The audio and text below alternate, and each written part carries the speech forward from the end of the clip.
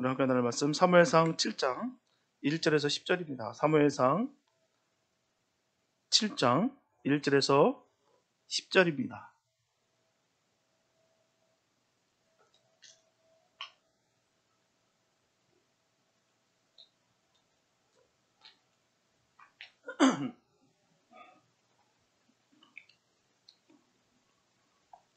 사무엘상 7장 1절에서 10절입니다. 주님 이렇게 한 말씀 봉독해 올립니다. 기럇 여아림 사람들이 와서 여호와의 궤를 옮겨 산에 사는 아비나답의 집에 들여놓고 그 아들 엘리아사를 거룩히 구별하여 여호와의 궤를 지키게 하였더니 궤가 기럇 여아림에 들어간 날부터 20년 동안을 오래 있은지라. 이스라엘 온 족속이 여호와를 사모하니라. 사무엘이 이스라엘 온 족속에게 일러 가로되 너희가 전심으로 여호와께 돌아오려거든 이방신들과 아스타롯을 너희 중에서 제하고 너희 마음을 여호와께로 향하여 그만 섬기라. 너희를 블레셋 사람의 손에서 건져내시리라. 이에 이스라엘 자손이 바알들과 아스타롯을 제하고 여호와만 섬기니라. 사무엘이 가로되 온 이스라엘은 미스바로 모이라. 내가 너희를 위하여 여호와께 기도하리라 하되 그들이 미스바에 모여 물을 길어 여호와 앞에 붓고 그날에 금식하고 거기서 가로되 우리가 여호와께 범죄하였나이다 하니라. 사무엘이 미스바에서 이스라엘 자손을 다스리리라. 이스라엘 자손이 미스바에 모였다 함을 블레셋 사람이 듣고 그 방백들이 이스라엘을 치러 올라온지라. 이스라엘 자손이 듣고 블레셋 사람을 두려워하여 사무엘에게 이르되 당신은 우리를 위하여 우리 하나님 여호와께 쉬지 말고 부르짖어 우리를 블레셋 사람의 손에서 구원하시게 하소서. 사무엘이 젖 먹는 어린 양을 취하여 온전한 번제를 여호와께 드리고 이스라엘을 위하여 여호와께 부르짖으매 여호와께서 응답하셨더라. 사무엘이 번제를 드릴 때 블레셋 사람이 이스라엘과 싸우려고 가까이 오매 그 날에 여호와께서 블레셋 사람에게 큰 우레를 발하여 그들을 어지럽게 하시니 그들이 이스라엘 앞에 패한지라. 아멘. 이스라엘 민족이 큰 불행을 당하게 됐어요. 그 불행은 하루아침에 당한 불행이 아닙니다. 그 불행은 다름 아니라 꿈에도 그리워했던 그 가나안 땅에 들어간 후에 하나님을 저버리는데 그 원인이 있다는 것입니다. 이스라엘 백성들은 성전도 없이 제사도 없이 그렇게 살아왔어요. 사람마다 자기 소견에 좋은 대로 살아왔다는 거예요. 그 뜻은요, 자기 마음대로 살아왔다는 거예요. 개성에 맞게 하나님의 말씀에 벗어나 정말 자기 좋을 대로 그렇게 살아왔다는 것이죠. 그들은 가나안 땅에 사는 그 원주민들과 하나도 다른 것이 없어요. 이방 사람들과 다름없는 그런 삶을 살았다는 것입니다.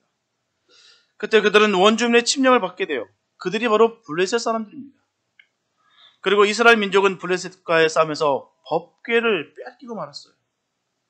전쟁에 법궤를 메고 나간 전 자체가 바로 불신앙적 신앙이었다는 것입니다.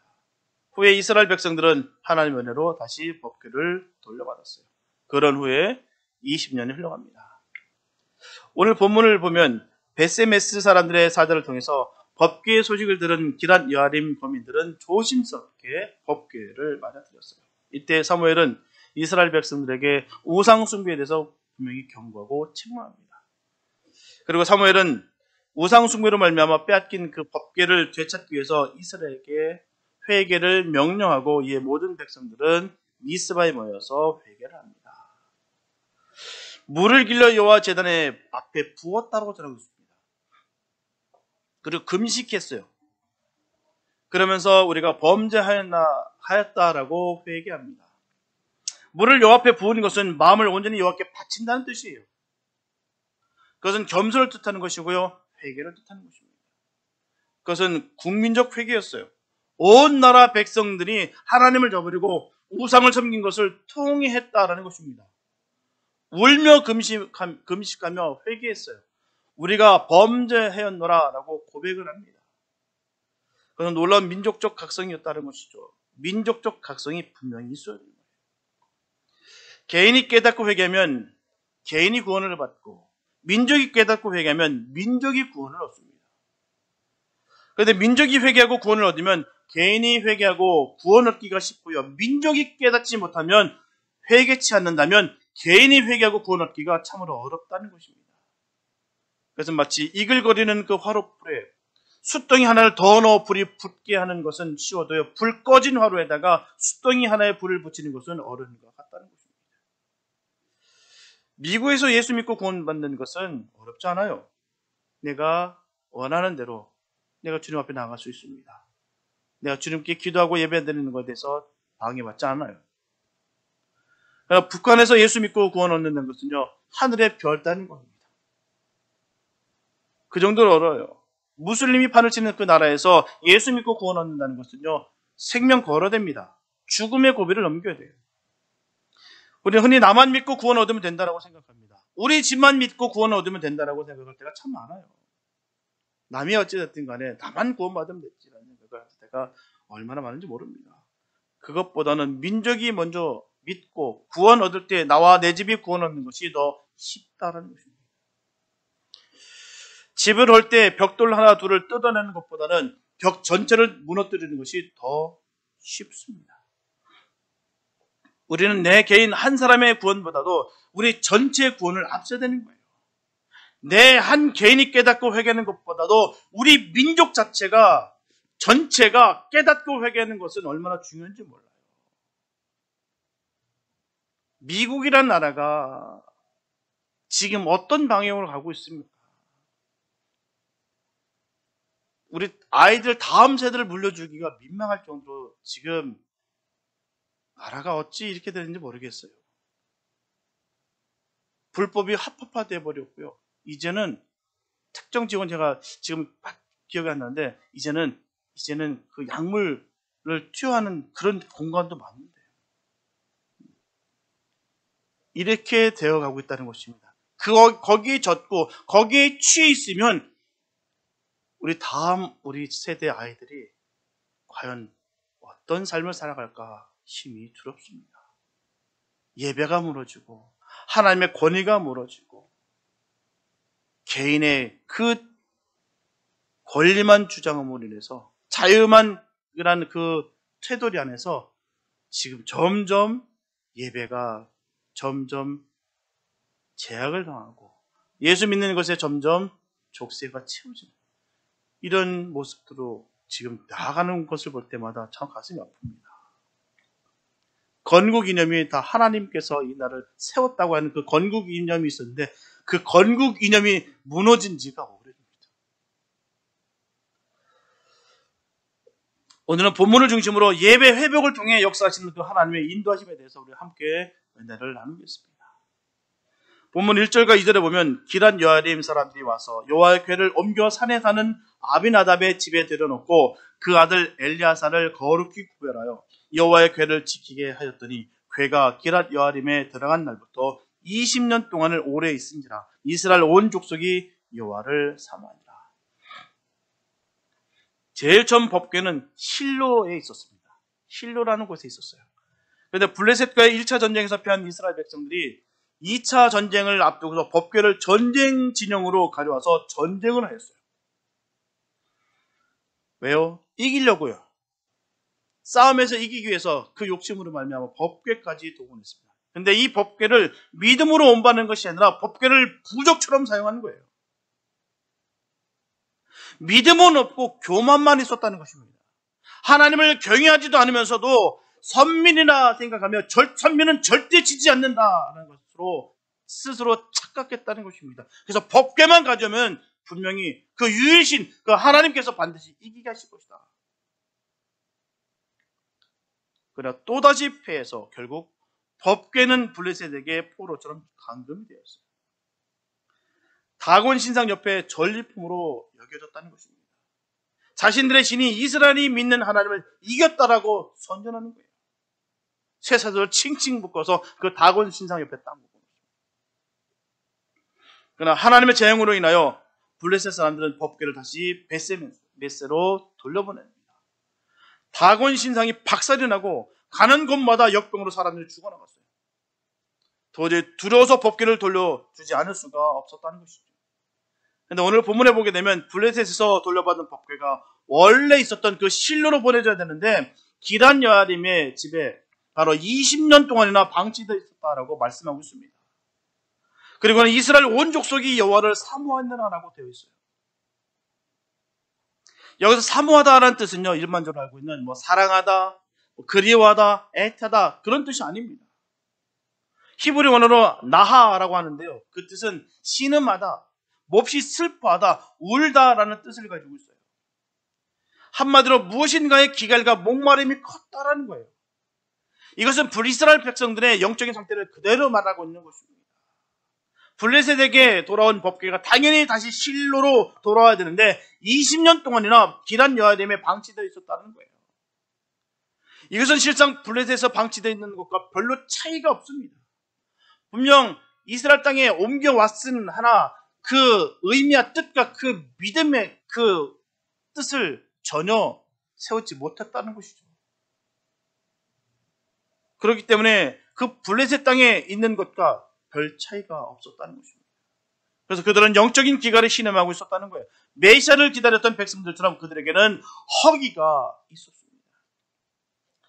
갈라디아서 4장 4절에 보면 때가 차면 하나님이 그 아들을 보내사라고 말씀하고 있습니다. 신약에서는 메시아가 오기를 간절히 기다렸어요. 주님 오신 당시 그 유대인들의 상황은 비참했습니다. 로마로 인하여 식민지 생활하고 있었습니다.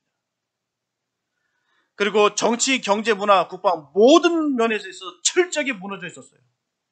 어느 것 하나 번듯한 것이 없습니다. 이 땅에 더 이상 소망이 없던 그런 시기였다는 것입니다. 사실 소망이 다 사라질 때 우리 안에 진짜 신앙이 세워진다는 거예요.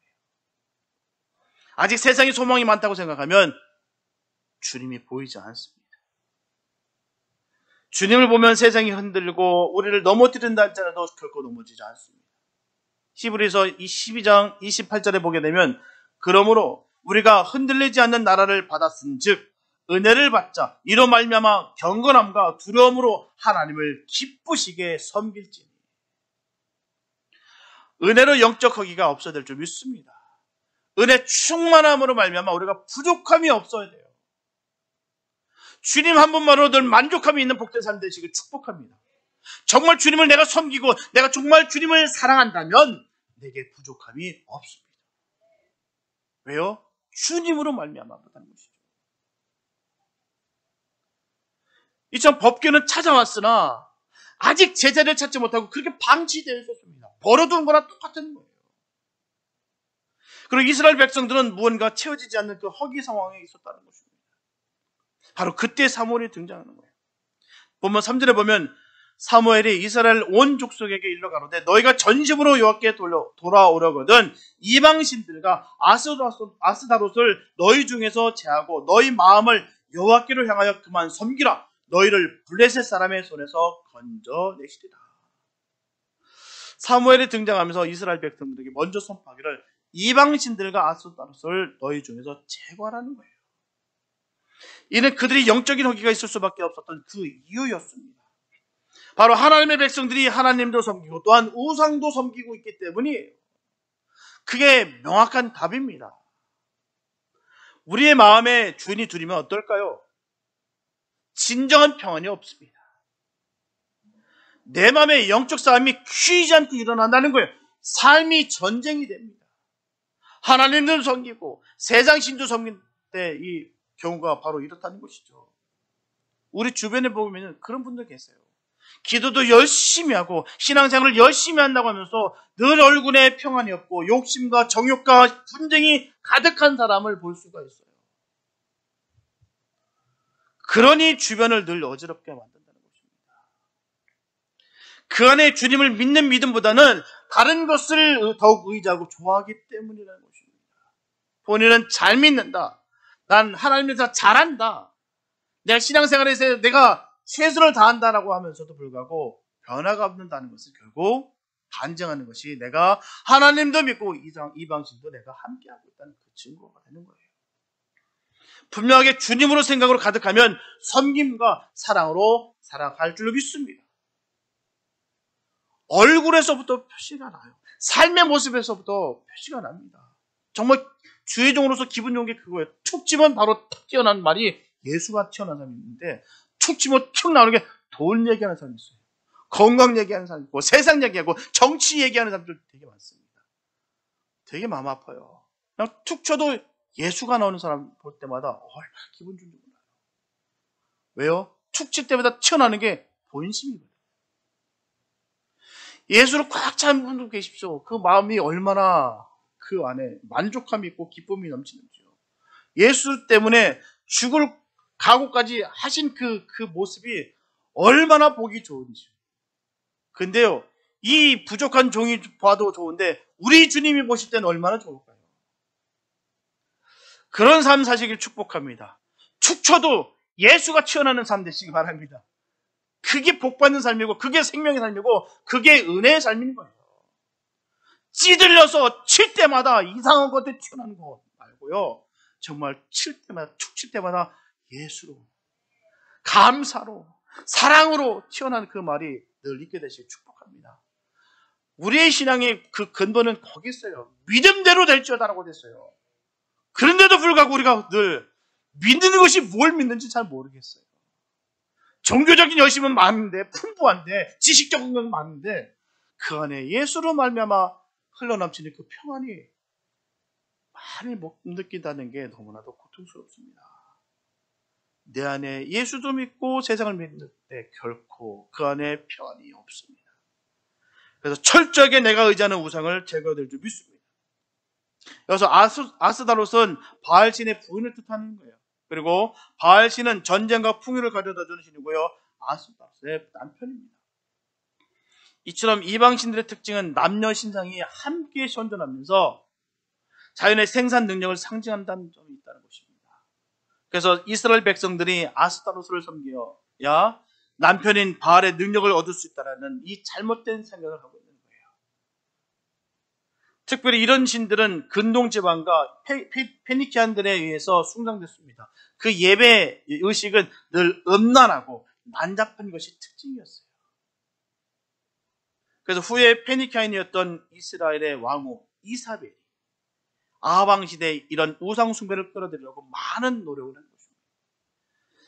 이렇게 이스라엘 백성들은 하나님을 섬기면서 더불어 이런 우상도 함께 섬기고 있었다는 것입니다. 우리는 어떻습니까? 이스라엘을 보면서 늘 한심하다고만 생각진 않으셨나요? 어떻게 이스라엘 백성들이 이럴 수가 있지? 맨날 하나님 섬긴다고 했다는 데고 또 타락해가지고 두들겨 맞고 다시 회개하고 돌아오고 이 계속적인 반복들. 이 반복되는 그들의 모습을 보면서 이해가 되지 않을 때가 있지는 않으신가요? 사실 우리들의 모습입니다. 우리들의 모습이에요. 우리의 내면에 수많은 우상이 있다는 거예요. 하나님보다 더 좋아하고 신뢰하는 것들이 그게 바로 우상인 것입니다. 우상으로 섬길 만한 것이 너무나도 많아요. 우리에게도 이스라엘 백성들처럼 이런 무한 반복이 계속해서 이어지고 있다는 사실입니다. 어렵고 힘들 때는 하나님 찾아가면서 주님 앞에 매달리다가 조금 형편이 나아지면 언제 그랬다는 듯이 주님이 하신 말씀들이 귀찮아지고 내 소견대로 살고 싶은 마음들이 불뚝불뚝 일어나서 그렇게 대충대충 살다가 또 어려움이 오게 되면 다시 주님 앞에 와서 울고 풀며 기도할 때가 우리의 모습 속에 얼마나 많은지 몰라요. 하나님만 오직 섬긴다고 하면서도 불구하고 내가 믿을 만한 것들을 의지하면서 보이는 것에 번듯한 것에 내가 현혹되고 움직일 때가 얼마나 많았는지. 이스라엘의 백성들의 모습과 우리의 모습이 다를 바가 없다는 거죠. 그래서 사무엘은 우상을 제거하고 오직 하나님만을 믿고 섬기면 너희를 블레셋 사람의 손에서 건져내시리라 라는 것을 선포한 것이에요. 우리 모든 시대의 답은 뭘까요? 모든 시대의 답은 오직 하나님입니다. 주님이 답이에요. 시대가 중요치 않습니다. 어느 세대가 중요치 않아요. 오직 답은 나와 있습니다. 오직 주님이에요. 주님으로 말미암아 우리가 해방되는 것이고요. 예수로 말미암아 우리가 구원받는 거예요. 세상이 아무리 뒤집어지고 아무리 변한다 할지라도 예수 외에 구원은 없습니다. 우리 생명을 걸고 이 말씀 지키시기 바랍니다. 본문 4절에 보면 이에 이스라엘 자손이 바알들과 아스타로스를 제하고 여호와만 섬기니라 라고 말씀하고 있습니다. 드디어 이스라엘의 회복의 소막이 열립니다. 본문 5절에 보면 사무엘이 가로되 온 이스라엘은 미스바로 모이라 내가 너희를 위하여 여호와께 기도하리라. 이것이 바로 그 유명한 미스바 부흥운동의 시작입니다. 이어서 미스바라고 하는 것은 파수대, 파수꾼이라는 뜻을 가지고 있어요. 이 말씀 많이 들었을 거예요. 여호와 증인들이 이 말을 인용해서 잘 사용합니다. 참 안타까운 것이요. 이단들이 좋은 말을 다 갖다 써요. 좋은 건 다 갖다 써서 정말 사용하고 싶어도 사용할 수가 없어요. 다 갖다 썼기 때문입니다. 쓸 게 없어요. 참 좋은 건 알아서. 성경에 보면 하나님의 종들이 백성들을 한 곳에 소집할 때는 중요한 언약을 갱신하는 사건이 벌어집니다. 느헤미야서 8장 1절에 보면 이스라엘 자손이 그 본성에 거하였더니 7월에 이르러는 모든 백성이 일제히 수문 앞 광장에 모여 학사 에스라에게 여호와께서 이스라엘에게 명하신 모세의 율법책을 가지고 오기를 청하매. 성벽 공사로 온갖 고난 가운데서도 이스라엘 백성들은 더욱 신앙심이 깊어졌다는 것을 알 수가 있습니다. 우리도 주의 일할 때 그 일이 너무나 심하게 겪고 도중에 포기하고 싶은 마음이 생길 정도로 시험과 연단을 겪을 때가 참 많습니다. 아니, 항상 있는 일입니다. 우리가 주의 일을 할 때 보면 반드시 있게 돼 있어요. 시험과 연단은요. 왜요? 사단은 주님의 나라 일에 너무나도 싫어한다는 것입니다. 주님의 나라가 확장되고 주님의 말씀이 선포하는 것에 아주 치를 떨도록 싫어하는 게 사단이. 그래서 언제나 영적인 공격은 있게 마련입니다. 끝까지 회방하고 끝까지 방해합니다. 여러의 모습으로 통해서 한 방향을 알고 그 모습을 우리가 명확하게 안다면 우리가 경계할 텐데 우리가 예측 못하는 그 부분에서 흔들어 넘어뜨린다는 것입니다. 그렇기 때문에 우리는 주의를 하게 되면 반드시 있다는 사실을 꼭 경시 바랍니다. 내가 왜 주의를 하는데 왜 이렇게 짧게 방해할까? 왜 이렇게 회방을 할까? 아니 내가 거짓한 것도 없고 내가 신실하게 주님의 일들을 감당하는데 왜 나에게 이렇게 힘들고 어렵게 할까? 왜 오해들을 하고 왜 이렇게 핍박을 할까? 내가 마음속에 정욕이 없고 순수하게 주님의 나라를 위해서 하고 있는데 왜 이럴까? 수많은 어려움이 있습니다. 거기에 우리가 실에 빠지고 실망하고 우리가 거기에 넘어질 것이 아니라 그 일을 통해서 하나님의 영광을 돌리는 복된 삶의 사실을 축복합니다. 그럴수록 우리는 더욱더 주의 이름을 높이는 거예요. 끝내 그 일을 통과하게 되면 어느새 믿음이 더욱 성숙해지는 것을 알 수가 있습니다. 성숙은요 그냥 얻어지는 것이 아니에요. 믿음 생활 오래 했다고 할지라도요 다 성숙한 거 아닙니다. 경력이 얘기해 주는 거 아니에요. 숫자가 얘기해 주는 거 아닙니다. 신앙생활 얼마 되지 않은 분들 가운데서도 얼마나 성숙한 믿음의 생활하는 분들이 많은지 몰라요. 그런데도 불구하고 오랜 세월을 했는데도 불구하고 소리 많이 가는 성격 스타일이 있어요. 소리 너무 많이 가요. 하나서부터 열까지 다 설명해야 되고 하나서부터 열까지 다 얘기했는데도 불구하고 오해하고 넘어져 쓰는 사람들이 얼마나 많은지 모릅니다. 손이 너무 많이 가요. 어린 양일수록 손이 많이 갑니다. 성숙한 양은 지가 알아서 밥 먹어요. 다 뜯어먹고 배부르면 쉬었다가 또 먹고 이리저리 끌고 인도하면 그대로 잘 갑니다. 푸른 초안을 향해서 믿음의 행길 잘 가요.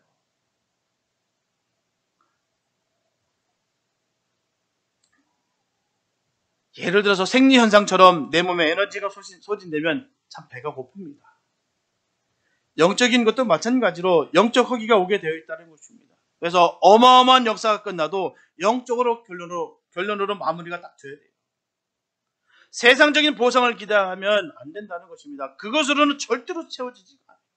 세상적인 그 보상으로는 아무리 내가 받는다 할지라도 그것으로 만족함이 없고 또 다른 것을 원하고 또 다른 것을 통해서 시험에 들고 어려움이 온다는 것입니다. 하나님의 은혜를 주실 때는 영적인 복으로 결론이 나와야 되는 거예요. 그대로 끝나면 아무것도 아니에요. 하나님은 시험을 위한 시험을 주시지 않는다는 것입니다. 시험을 통해서 성장하기를 바란다는 거예요. 성숙되기를 바라신다는 것입니다. 하나님은 쓰시기 위해서 반드시 먼저 깨뜨리신다는 거예요. 하나님의 말씀으로 영적인 본질의 허기를 채워야 될 줄 믿습니다. 간혹 시험 든 사람들 상담하게 되면요, 거의 다 거기에 있어요. 말씀을 붙잡고 있지 않다는 거예요. 말씀 딱 붙잡고 계신 분들은요, 시험에 들지 않습니다. 그런데 겉모습에 우리가 속을 때가 많아요. 아, 저번에 기도 많이 하니까, 저번에 성경 지식이 많으니까. 아니에요. 말씀을 딱 놓는 순간 직분에 상관없이 버덩버덩 넘어지더라는 거예요. 다른 거 아니에요. 말씀 몇 마디 나눠보면 딱 드러납니다. 아, 이분이 말씀을 꽉 붙잡고 살아가고 있는가, 아니면 내 소견대로 살아가고 있는지, 내 생각대로, 내가 원하는 대로 살아가고 있는지 딱 안다는 거예요. 그래서 시험 드는 거예요. 내가 줄 수 있는 것이 없으니까, 내가 할 수 없는 것이 많으니까, 내가 이룰 수 없으니까. 주님의 말씀을 의지하는 분들은 내가 할 수 없음을 고백하며 주님의 뜻에 따라 믿음의 행진 뚜벅뚜벅 걸어갑니다. 누가 뭐라든 내 자존감이 딱 세워져서 난 하나님의 백성이고 하나님의 자녀고 주님께서 기름 부은 주의 사람인 것을 깨달아 그 말씀 붙잡고 그 길을 걸어간다는 것입니다. 우리가 알고 있는 사무엘의 대표적인 이미지는 말씀을 가르치는 사람이에요. 사무엘의 시대에는 말씀이 희귀한 시대였습니다. 그래서 하나님은 사무엘을 통해서 하나님의 말씀을 온전히 전달해서 이스라엘을 깨우치기를 원하셨어요. 그렇기 때문에 미스바 광장에서 중요한 핵심은 하나님의 말씀이 제대로 전파되기 시작했다는 거예요. 그전에는 이스라엘 백성들이 말씀을 들어도 이해가 되지 않습니다. 말씀을 보아도 깨닫지 못한 바로 영적으로 어두운 시대를 그렇게 살아가고 있었다는 거예요.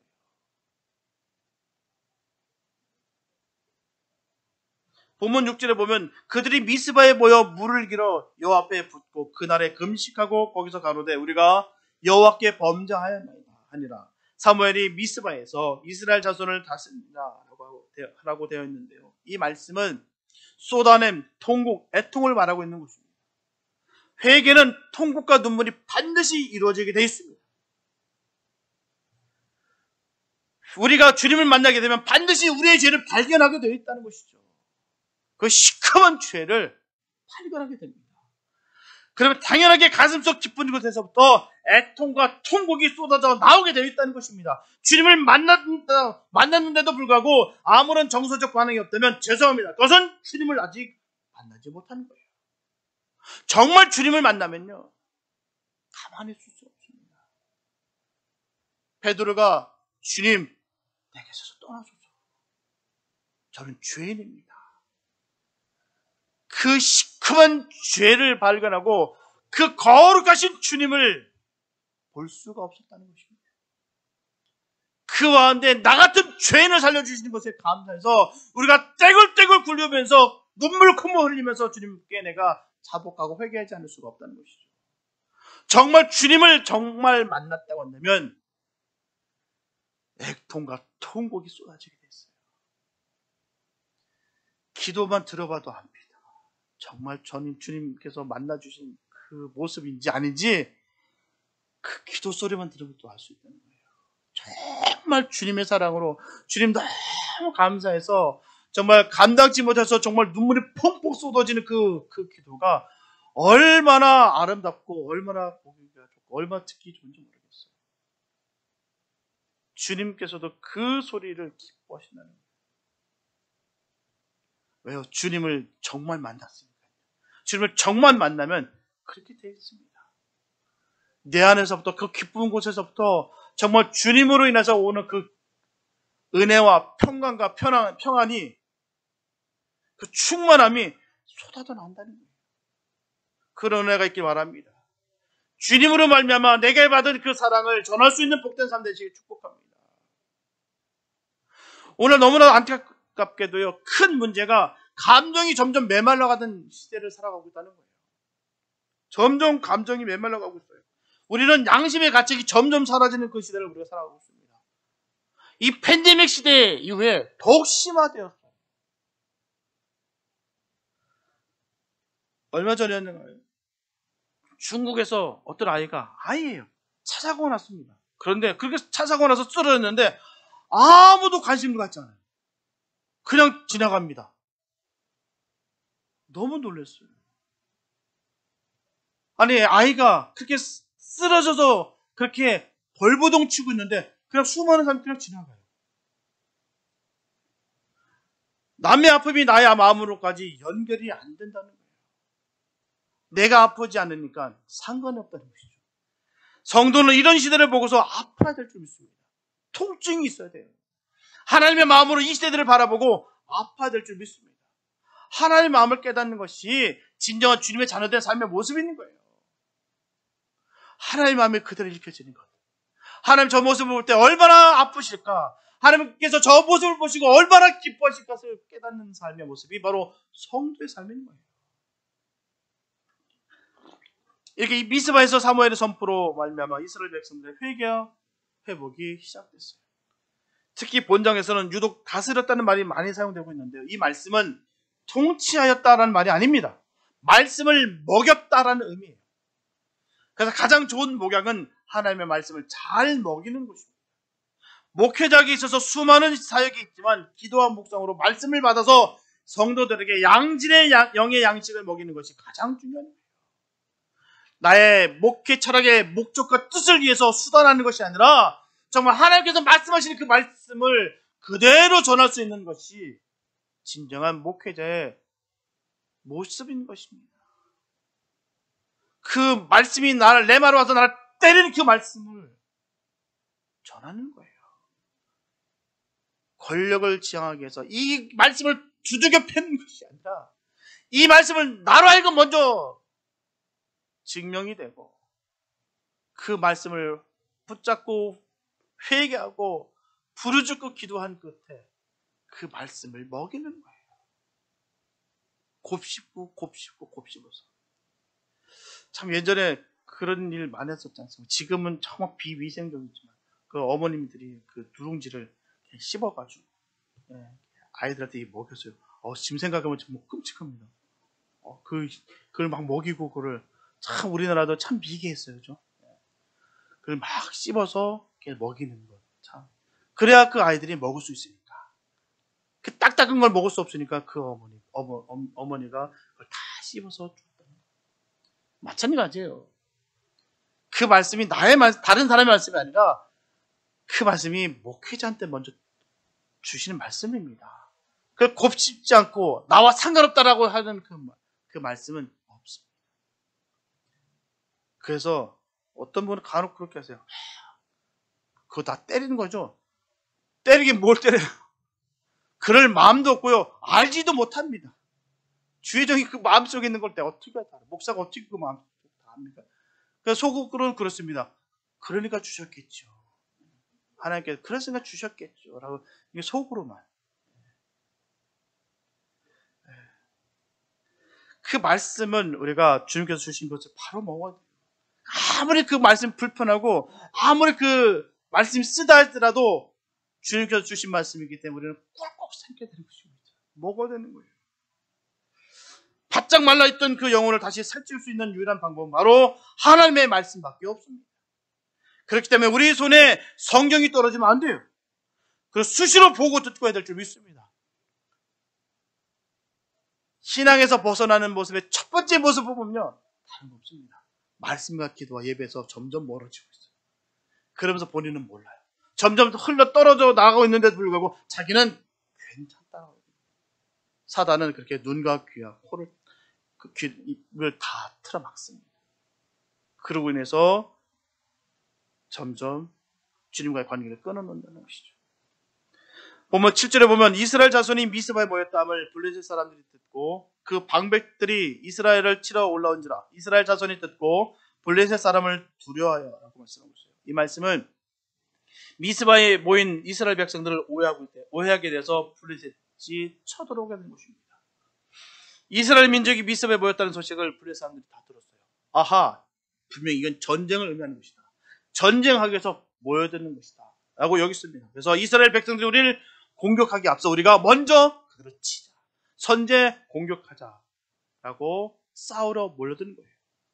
이스라엘 백성들은 두려워만 떨면서 이 사무엘에게 고합니다. 당신은 우리를 위하여 우리 하나님께 쉬지 말고 기도하소서. 우리를 블레셋 사람들의 손에서 구원하소서. 하지만 사무엘은 전쟁을 준비하지 않았습니다. 분주하지 않았습니다. 흥분하지 않았어요. 군대를 동원하지 않았습니다. 젖 먹는 어린 양을 잡아다 온전한 제사를 드렸어요. 그리고 이스라엘을 구원해달라고 여호와께 부르짖었습니다. 여호와께서 응답하셨어요. 보면 10절에 보면 사무엘이 번제를 드릴 때 블레셋 사람이 이스라엘과 싸우려고 가까이 오매 그날에 여호와께서 블레셋 사람의 큰 우레를 발하여 그들을 어지럽게 하시니 그들이 이스라엘 앞에 패한지라. 블레셋 사람들이 이스라엘과 싸우려고 미스바로 올라왔을 때 하늘에서 우레가 발했습니다. 천둥이 치고 번개가 번쩍였어요. 기상천외의 뇌성 벼락이 임하게 됩니다. 블레셋 사람들은 혼비백산하고 도망쳤어요. 이스라엘 백성들은 칼 하나 쓰지 아니하고 블레셋 사람들을 다 쳐부었습니다. 미스바에서 벳갈까지 도륙했습니다. 사무엘은 돌을 미스바의 센사에 세우고 에베네셀이라 불렀어요. 바로 에베네셀이라는 것은 여호와께서 여기까지 우리를 도우셨다. 그런 은혜가 있게 되시길 축복합니다. 늘 에베네셀을 선포하시면서 주님께서 이렇게 세심하게까지 나를 도우셨구나. 나와 함께 하시는구나. 나를 승리케 하시는구나 라고 늘 선포하게 되시길 축복합니다. 특권이 있는 거예요. 예수 믿는 사람들, 바로 하나님의 사람들에게 있는 특권이 바로 여기 있는 것입니다. 에베네셀을 외칠 수 있는 거예요. 아무나 에베네셀을 선포할 수 있는 것이 아닙니다. 바로 우리를 사랑하시기 때문에, 우리를 자녀 삼아 주셨기 때문에 여호와께서 여기까지 우리를 도우셨다. 이런 믿음의 선포할 수가 있는 거예요. 이런 믿음의 선포할 수 없는 사람들이 보면 다 자기가 한 줄 알아요. 내가 노력했으니까요. 내가 밤잠 자지 않고 내가 열심히 땀 흘려 노력했지 않습니까? 그래서 내가 당연히 이건 내가 한 거 아니겠습니까? 라고 전하는 것이 바로 세상 사람들 모습입니다. 믿는 우리들은 여기까지 우리를 도우셨구나. 내가 정말 생각지도 못했는데 여기까지 주님께서 함께하셨구나. 그렇기 때문에 믿음의 사람들에게 있어서 믿음의 선포가 바로 에베네셀인 것입니다. 아무나 할 수 있는 것이 아니에요. 그 싸움으로 이스라엘은 블레셋 사람에게 빼앗겼던 에그론에서 가드까지 땅을 되찾았어요. 이때 블레셋이 이스라엘에게 굴복한 이후에 사무엘이 사는 날 동안 다시는 이스라엘을 침범하지 못했습니다.